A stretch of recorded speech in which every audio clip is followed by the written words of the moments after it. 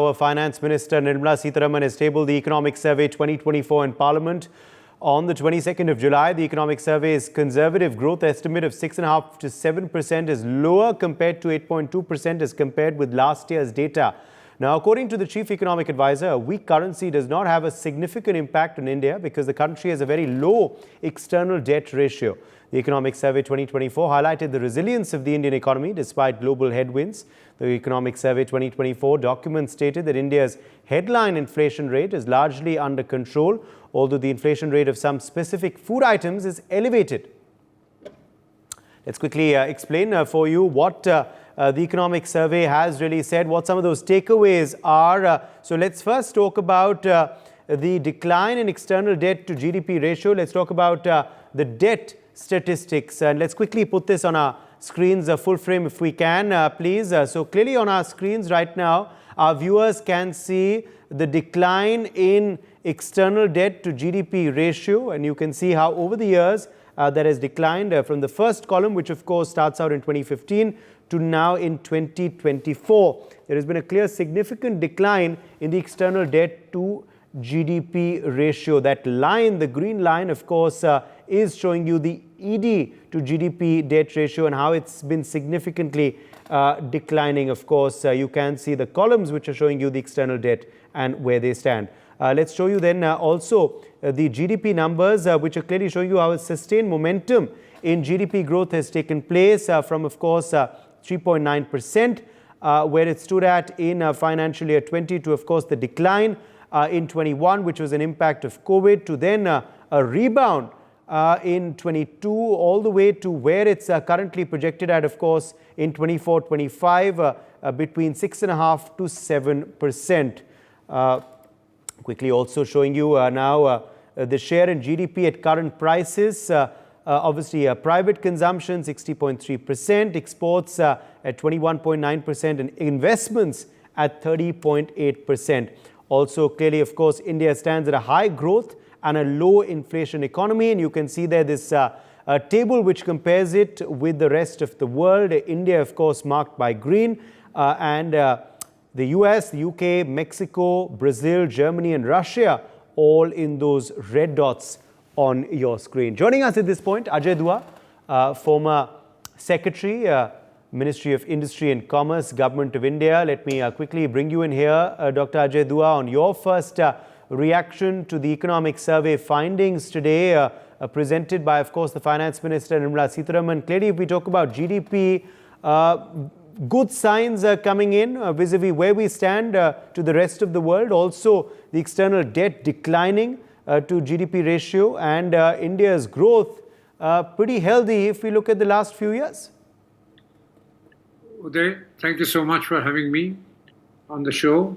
I would fully endorse what your assessment of the budget, assessment of the economic survey presented by the Finance Minister this morning. It brings out that we're doing well. The resilience of the economy, the term you used, is supported by the Finance Minister, referring to India continuing to be one of the top, the pace of growth continuing to be amongst the highest in the world, and the expectation that going forward, it could be 6.5% to 7%, though last year, as you mentioned, the Economic Survey had talked about 8.2% for the year just gone by, with which itself at a larger base, 6.5% to 7% is a good figure. Second, the highlighting two or three graphs which you put up. One being on India's external debt to GDP ratio, which has declined. And I would say even the internal debt in the year just which has gone by, the government lowered the target from 15 lakh crores to 13.5 lakh crores during the year. That means they needed much less than what they had anticipated, and it was made good by the higher tax receipts of the government, 10.6% rate of growth in the indirect taxes, and an even higher rate of growth in the direct taxes, which is a sign both of the economy doing well as well as of the tax administration now coming to age and kind of collecting what and doing the job which is expected of them. A third point I wanted to highlight was, yes, there has been food inflation in the country, which the economic survey also notes, but at the same time it notes that the inflationary pressures are no longer outside the pale of control.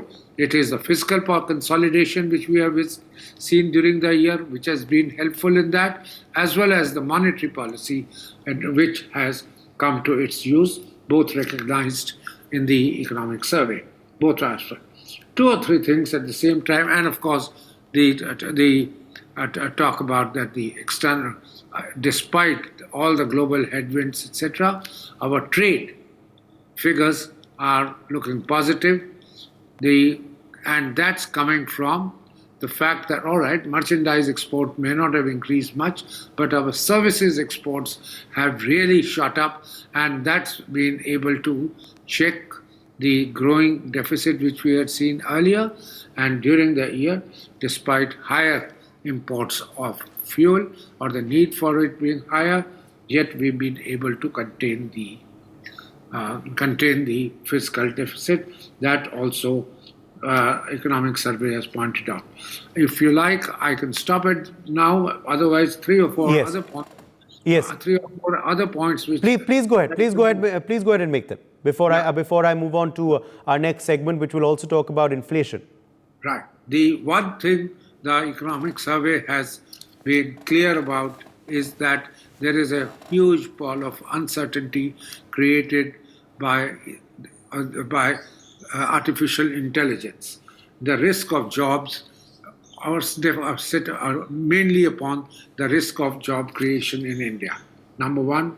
Number two, it has also said that the healthcare, while noting that it is vital for an economy like ours, it does point out that the Ayushman Bharat, though it has grown, the scope for it to be more effective is clearly there.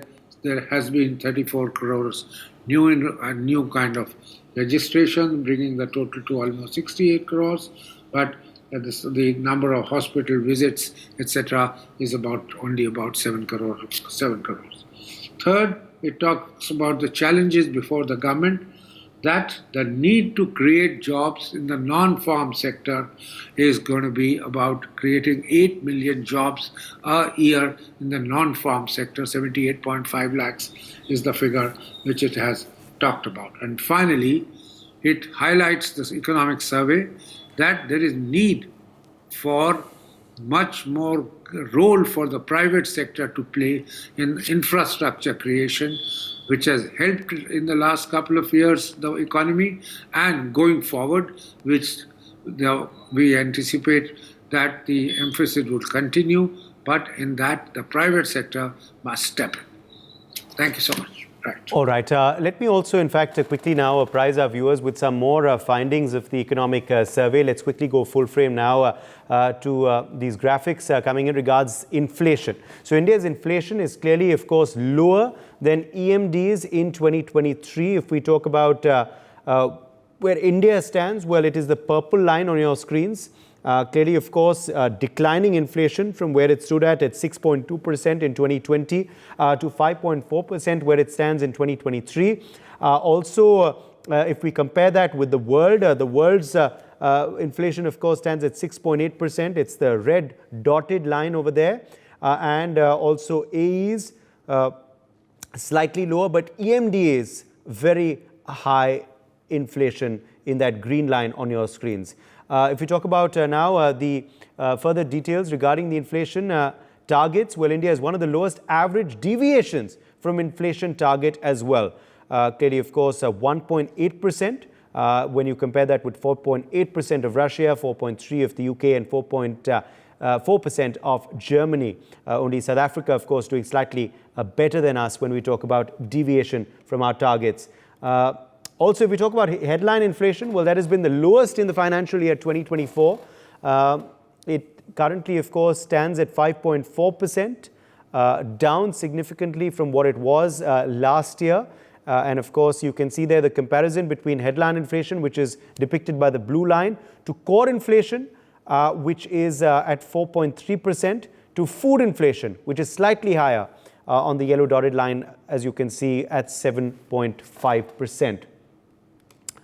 If we talk about monetary policy transmission, well, it's evident in easing core inflation to a 4-year low. Repo rates, of course, are going up and up from May 2020 to February 2023. Of course, it stood at 4% in 2020, early 2020, and now, of course, stands at 6.5%. If we talk about the 2023 figure, well, that has led to a significant decline in core inflation as well. So clear correlation between increasing repo rates and decline in core inflation.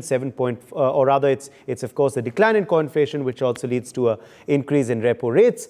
Whichever way you want to look at it, 7.1% was where core inflation stood at in April 2022, of course, declining to 3.1% in June 2024. The impact of government interventions on LPG and fuel inflation also being seen. A decrease in LPG inflation has been seen due to price cut as well. If you see the green line on the left of your screen there, from where it stood at in April 23 to, of course, going down to where it currently stands at in the negative level and zone at June 24. Also a decline in petrol and diesel inflation due to price reduction, constant price reductions as well. You can see, of course, that flat line going down, though, post-February 2024. That purple line on your screens, that's diesel, and the red dotted line is petrol. Let me quickly bring in Anjan Roy, senior economist as well. Anjan Roy, welcome to the show. Your first reaction to, of course, the economic survey headlines for you, but also significantly the inflation story as well. Clearly, of course, an ease in inflation has brought good news for the government and also, of course, good news for consumers as well. Yes, I mean, the economic survey paints a picture which is too good, and therefore it puts a very heavy responsibility on the government not to disturb this momentum of growth and buoyancy. See, all the figures are showing a very good, comfortable picture against a general background in the international, at the international level of deep uncertainty. So the government has to manage the economy, and the budget must address some of the urgent requirements of development objectives very deftly. For example, the survey suggests that employment creation, this is a huge challenge. 80 lakh new employment opportunities a year from now till at least 2031. So 8 million new jobs every year is not a matter of joke. And see, nowadays manufacturing does not create many new jobs. It is services which is creating. But services is facing major threats in the present context. Because IT-enabled services, for example, it is facing a major threat from AI, artificial intelligence. Many of the basic business procurement, BPO services and others might be become eliminated because of AI. So we have to go migrate increasingly to higher and higher levels of services, jobs creation. Besides price stability, now prices are comfortable now. It has come down to 5.4% from 6.7% earlier. Now, maintaining inflation in this current situation is very important. But at the same time, interest rate needs to be a little moderated, because to maintain the growth momentum, you have to, and investment rate, you have to fine-tune the interest rates a bit. I think RBI is following a very cautious, which is good, of course, cautious approach in this respect, but that should be a little bit of fine-tune. Then fiscal deficit, maintaining fiscal deficit is another challenge.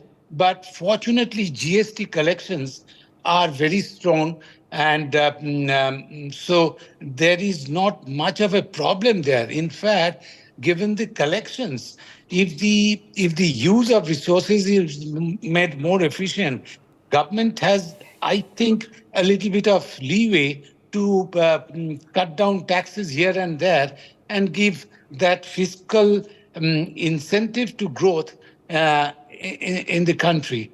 And external threats are there because in the current situation, if the threats of war increases, then that raises a very major challenge. For example, oil prices might go up, and logistics, transportation, global trade transfers, transportation might get affected.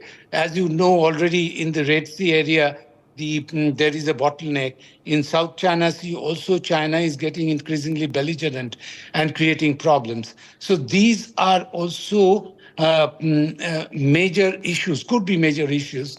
Of course, India is very much domestic consumption driven economy. And that way we have some insurance left. But these are nonetheless very big challenges.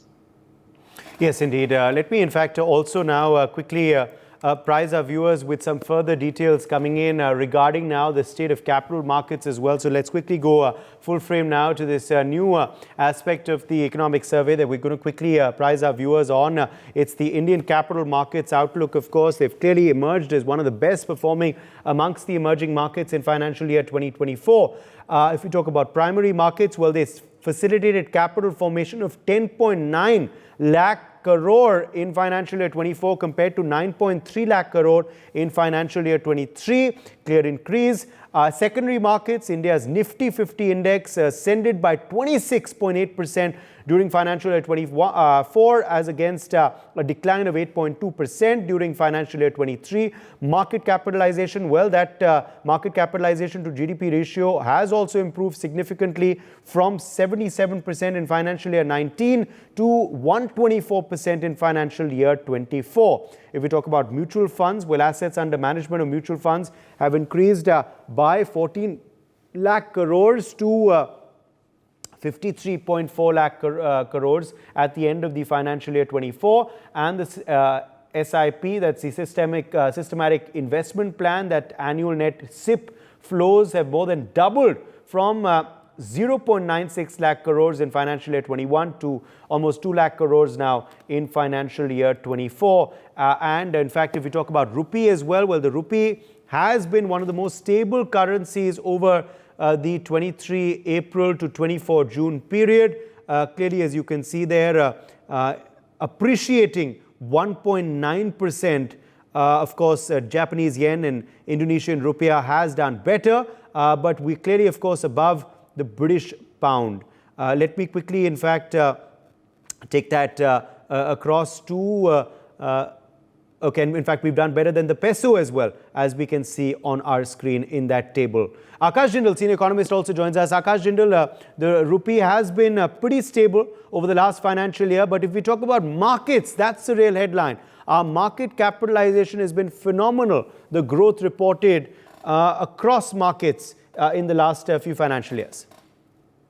Yes, Uday. Our markets have done exceedingly well.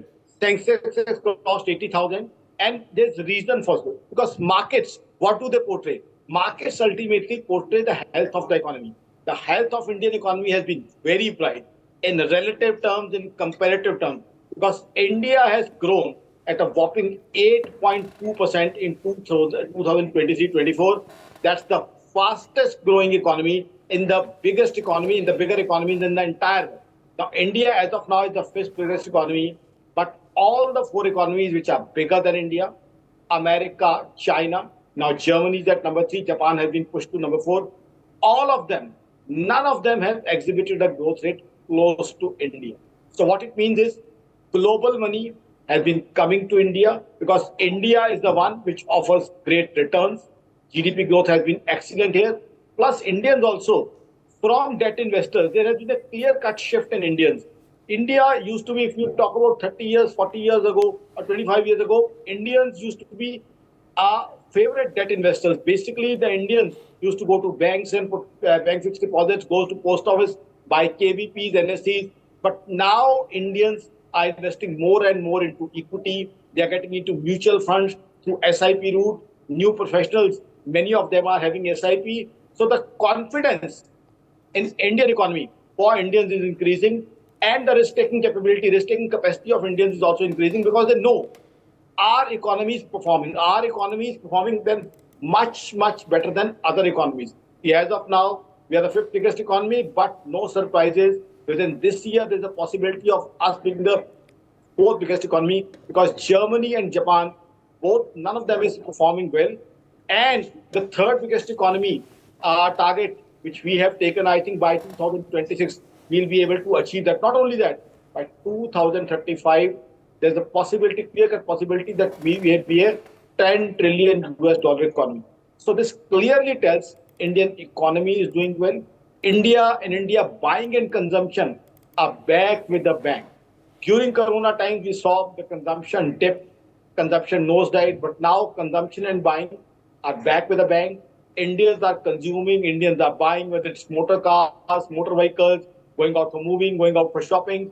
So Indians are the great Indian consumption through the great Indian demand is back.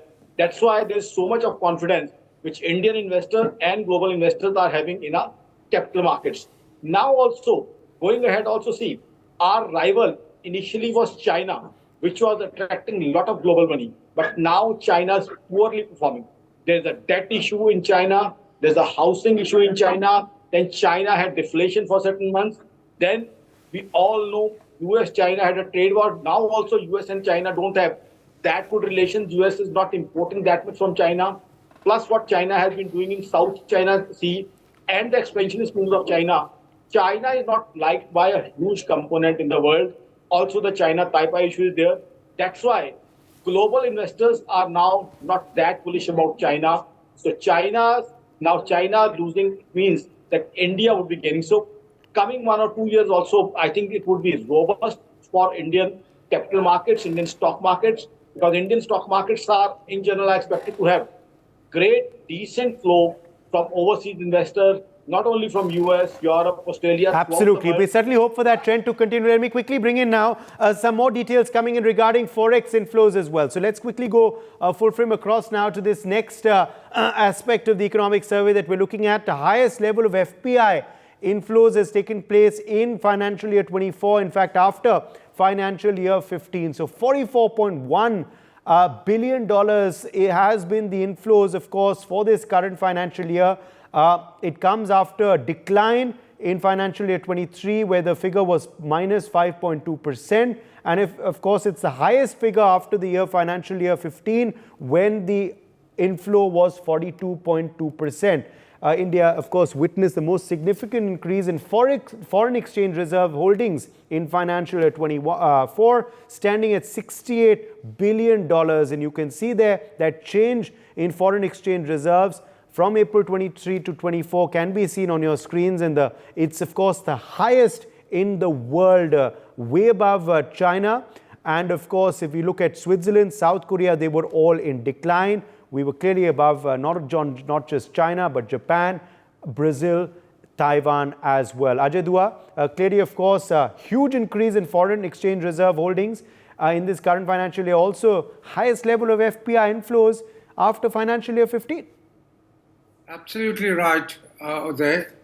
We've seen a net increase of $68 billion in our reserves, which is a very significant figure.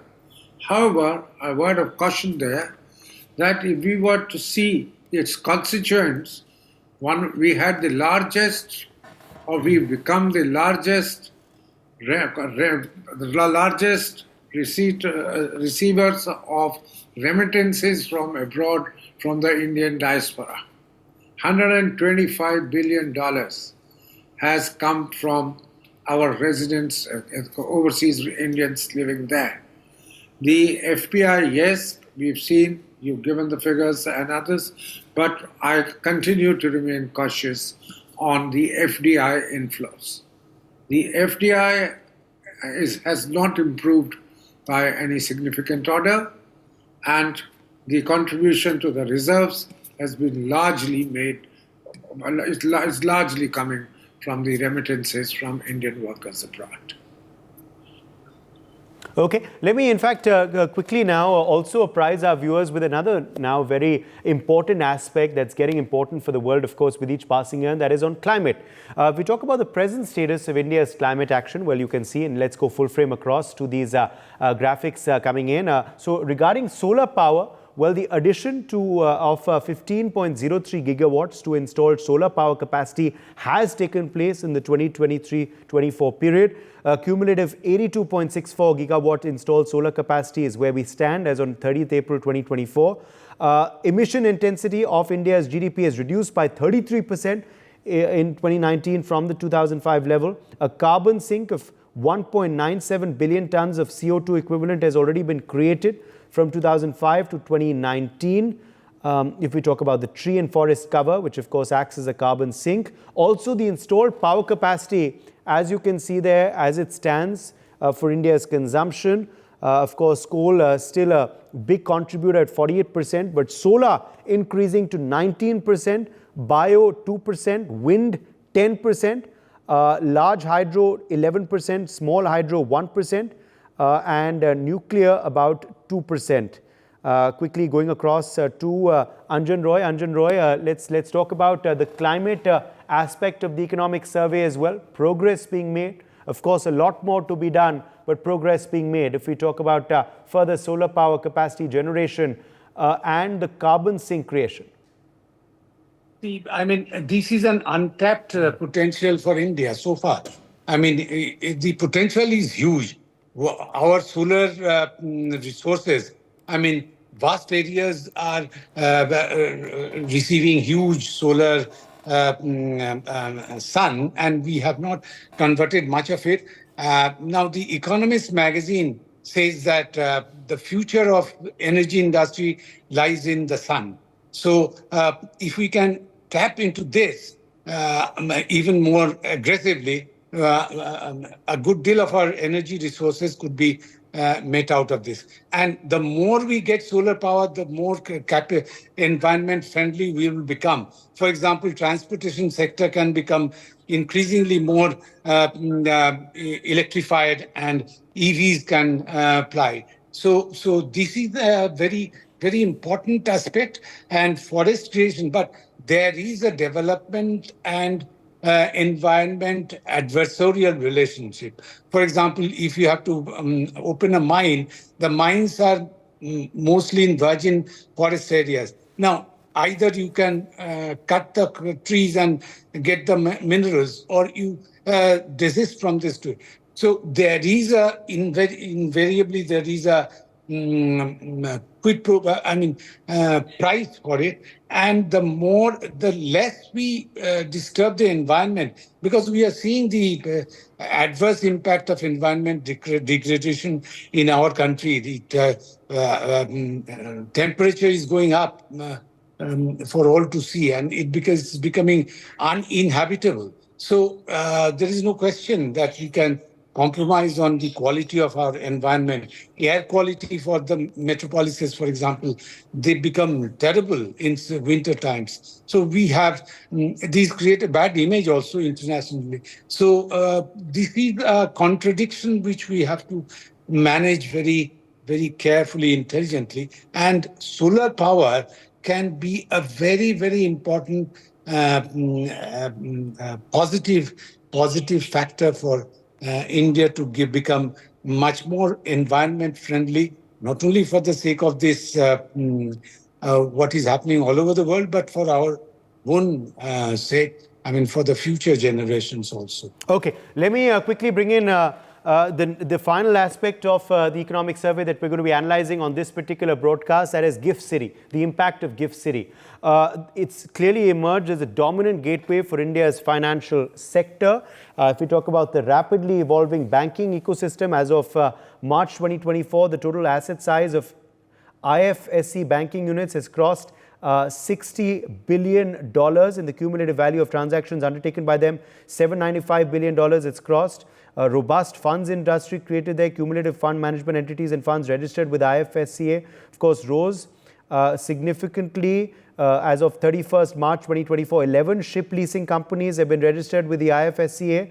And if we talk about the Deakin University from Australia, has become the first foreign university to be granted final registration for the International Branch Campus in GIFT IFSC under IFSCA as well. So clearly, of course, GIFT City emerging strongly on the map, Akash Jindal.